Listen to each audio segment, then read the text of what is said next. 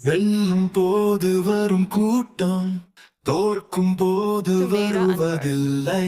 கொடுக்கும் போது எடுக்கும் கூட்டம், கேட்கும் போது தருவதில்லை. வாழ்க்கை இங்கே நிலையில்லை, நொடிகள் தோறும் மாறிடுது. நெருப்பு வழியில் பயணப்பட்டால் உதைக்கு அஞ்சி பயனில்லை. நெருக்கடிகள் நம்மை சுருப்போது நொறுங்கி போவது பலனில்லை. கூட்டை உடைக்கும் போராட்டம் தான் பட்டாம்பூச்சிக்கு அசுர பலம்.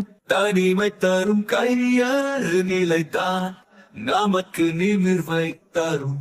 வாழ்நாள் இங்கே குறைவென்றாலும் பரன்முறைகளை பேணிடுவோம்.